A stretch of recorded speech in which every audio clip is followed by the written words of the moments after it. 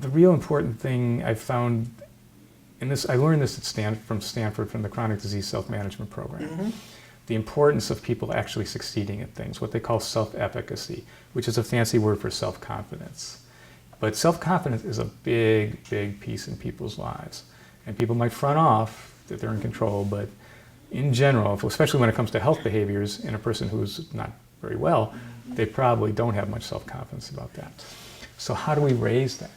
And we found ways that, that really help. And one of them, the most important one, is to actually accomplish something. Because when you actually accomplish something, no matter how small it is, then it's hard to say, well, I can't do anything, because you did. They might still say that, but it's much harder to say that. So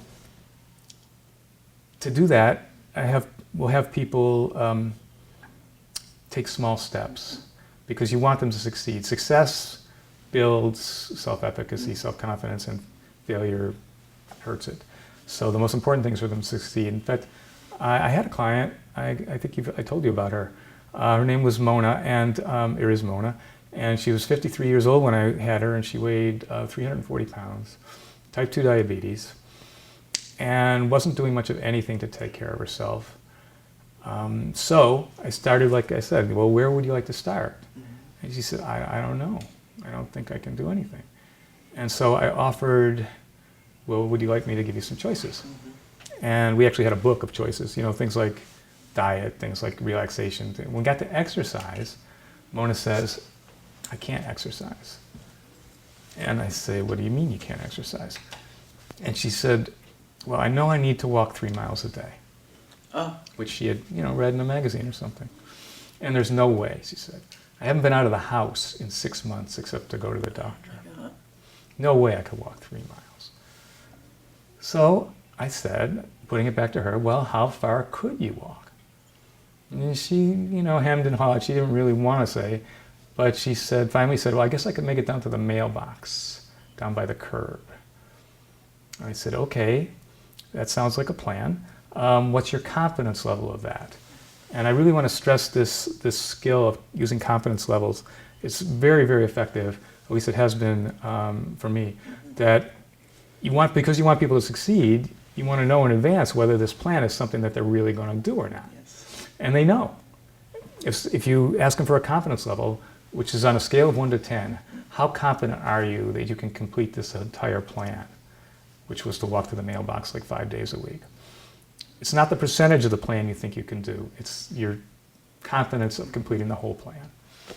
So she said, well, really it's about a 5 or 6. And that's too low. You need it to be at least a 7, preferably an 8. We know that from experience and studies. If it's a 7 or 8, they'll probably do it. If it's a 9 or 10, it might be too easy. Make it harder. But if it's less than 7, you need to either problem solve why it's low, or make the plan easier so that the confidence will go up. Like do it 3 days a week instead of 5. Well, so I asked, why isn't your confidence level, why isn't it higher? And she says, I'm afraid I couldn't make it back to the house. And I said, well, that's a real serious concern. Let's talk about what we can do about that. And she came up with the idea that her husband could put a chair out by the mailbox, and she could sit down, go out there, sit down for a minute and rest, and then she could go back. I said, okay, so what's your confidence level of that? And she said, oh, I can do that. I would call that maybe an 8 or 9. I said, okay, sounds like a plan, but first, because of the place I was working, first you had to call her doctor. First you have to call your doctor to make sure it's safe, which is just covering your butt, because we knew it was safe. But she calls back 2 days later in tears and says, it won't work. Yeah. And I said, why not? And she said, the doctor said it's safe. I could do it, but it won't do any good. She said, I won't lose any weight, and my blood sugars won't be any better controlled. It's physiologically silly, is the term that he used. And, there are doctors like that who did not understand that what's important is for the person to get moving, and that it will, anyways. I said, but I was able to say, doctors don't know everything, and what do you got to lose? And she was kind of ready to go. So for 2 weeks, she's walking down to the mailbox every day, including Sundays. when there is no mail. And then she called back and says, I think I can make it to the corner.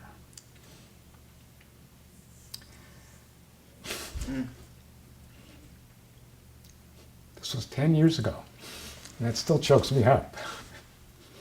But the doctor might have thought that was kind of pathetic too.